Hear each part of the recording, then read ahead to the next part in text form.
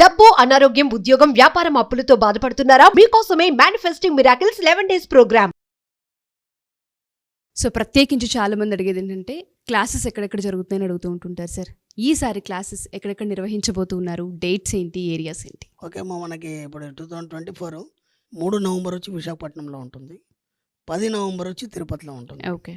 1 December వచ్చి రాజమండ్రిలో ఉంటుందమ్మా. Sure sir. విధంగా వీలైనంత తొందరగా ఎన్రోల్ చేసుకోండి. అలాగే ఇంకో మీకు స్పెషల్ విషయం ఏంటంటే 22 డిసెంబర్ వచ్చి స్పెషల్ క్లాస్ ఉంటుంది. ఓ 22 డిసెంబర్ మనకి స్పెషల్ క్లాస్ ఉంటుంది. ఓకే. వీలైనంత తొందరగా స్పెషల్ క్లాస్కి ఎన్రోల్ చేసుకోవాలి. ఎందుకంటే లాస్ట్ టైం కూడా చాలా రష్గా ఉండింది.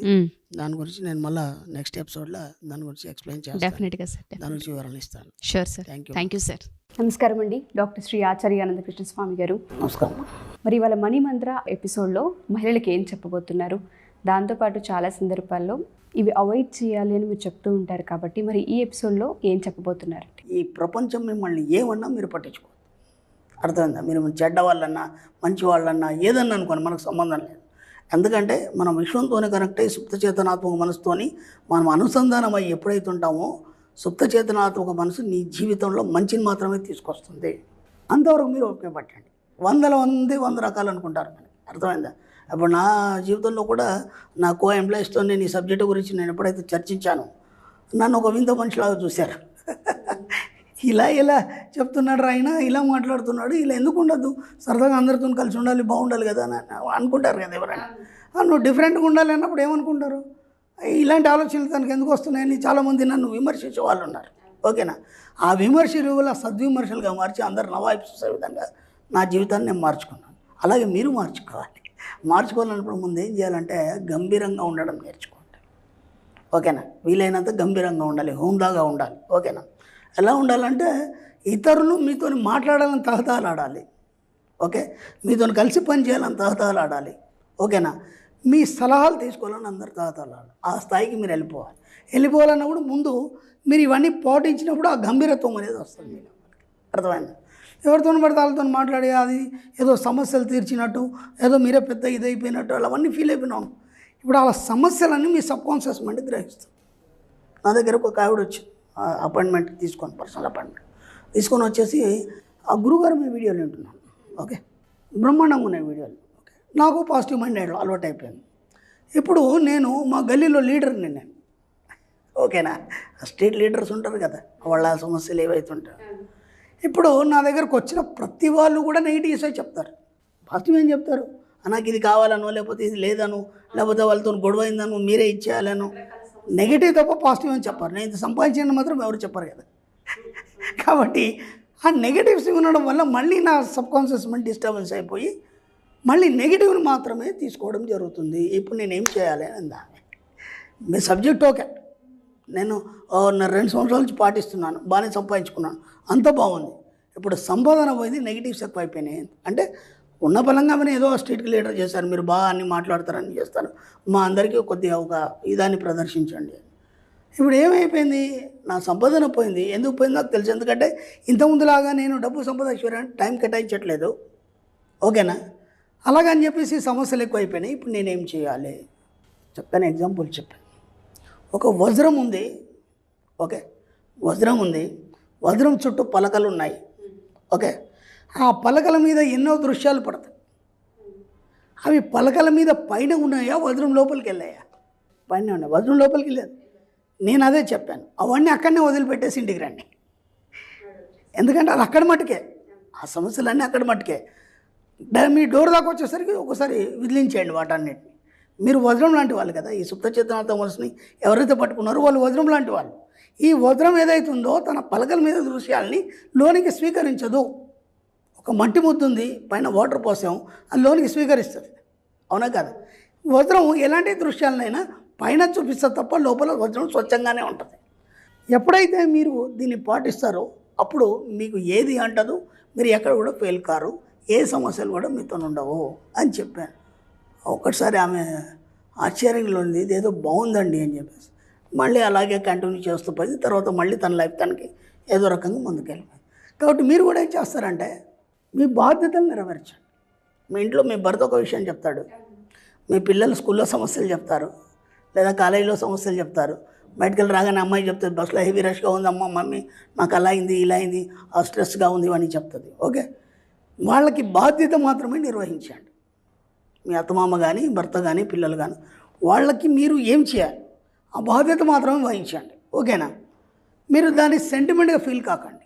అయ్యో నా కూతురికి ఇలా అయిందా అని చెప్పేసి మీరు బాధపడిపోవడం, ఇవన్నీ చేస్తే ఏమైందంటే అవన్నీ మీ జీవితంలోకి ఆహ్వానించడం అంతే. వజ్రంలాగానే ఉండండి. వజ్రం ఏది స్వీకరించదు. ఓకేనా, అలాగనా, సరే ఓకే, దానికి ఇలా చేద్దామని చెప్పండి అంతే తప్ప దాన్ని మీరు బాధగా ఫీల్ కావద్దు.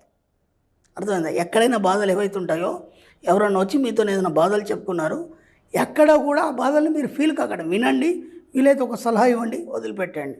అయ్యో పాపం అలా అయిందా ఇలా అయిందా. నేను ఇంతకుముందు కూడా ఒక వీడియోలో చెప్పాను, ఒక వ్యక్తిని చూసి ఇతను బాధపడి, ఓకే, ఒక అంగవికరుని ఊకే పదే పదే ఊహించి అతని గురించి బాధపడి ఇతనికి యాక్సిడెంట్ సేమ్ అది యాక్సిడెంట్గా జరగడం జరిగింది అని. కాబట్టి ప్రపంచంలో ఏ బాధల్ని మీరు స్వీకరించడానికి సిద్ధంగా ఉండొద్దు. అర్థమైందా? బాధ్యత వహించండి. సమాజం పట్ల బాధ్యత వహించండి. భార్యలాగా మీరు ఏం చేయాలో చేయండి, పిల్లలకి తల్లిలాగా ఏం చేయాలో చేయండి, అత్తమామలకి ఏం సేవలు చేయాలో చేయండి. అందరూ చాలా చక్కగా చూసుకోండి, కానీ దాన్ని మీరు ఫీల్ అవ్వకండి.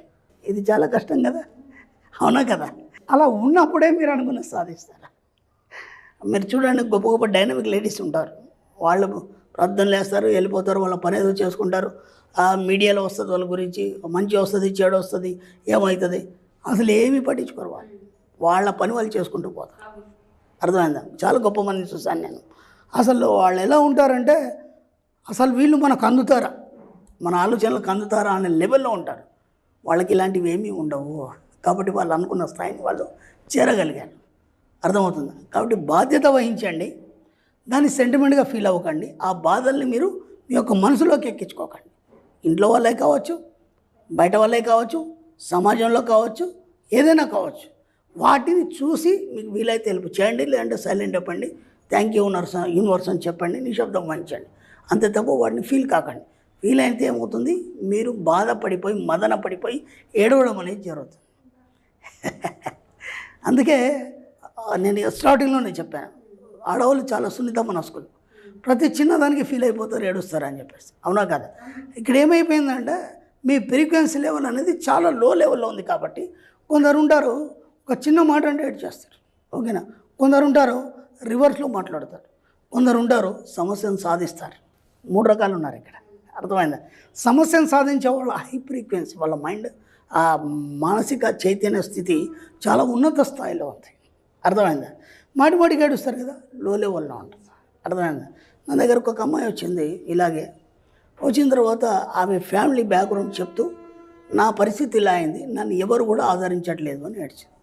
ఎప్పుడేమైంది, ఆమె చైతన్య స్థాయి, మానసిక చైతన్య స్థాయి చాలా లో ఫ్రీక్వెన్సీలో ఉంది. ఓకేనా? నేను గట్టిగా బెదిరించాను, అమ్మా ఎందుకు ఏడుస్తున్నావు, ఏమొచ్చిందని ఏడుస్తున్నావు, ఎవరి దగ్గర ఏడుస్తున్నావు నువ్వు అన్నాను. ఎమ్మటే కళ్ళనీళ్ళు అయిపోయినాయి. ఎమ్మటే కళ్ళనీళ్ళు. నేను అలా మాట్లాడతాను అనుకోలేదు. ఎందుకంటే ఇప్పుడు ఒక బాధ మీ దగ్గరికి చెప్పడానికి ఎవరైనా వచ్చారనుకోండి, మీరేం చేస్తారు, ఓహో అలాగా అలా అయిందా, మరి మీరేం చేస్తారు, అయ్యో పాపం అనగానే ఆ బాధ ఇంకా ఊపికొస్తుంది.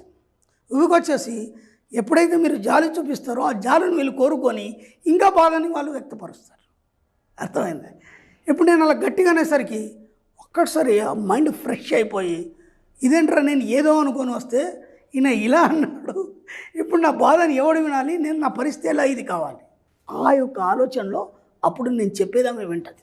అర్థమైందా? విన్న తర్వాత ఒక 10 నిమిషాలు కౌన్సిలింగ్ ఇచ్చాను, ఇది అమ్మా అని చెప్పేసి.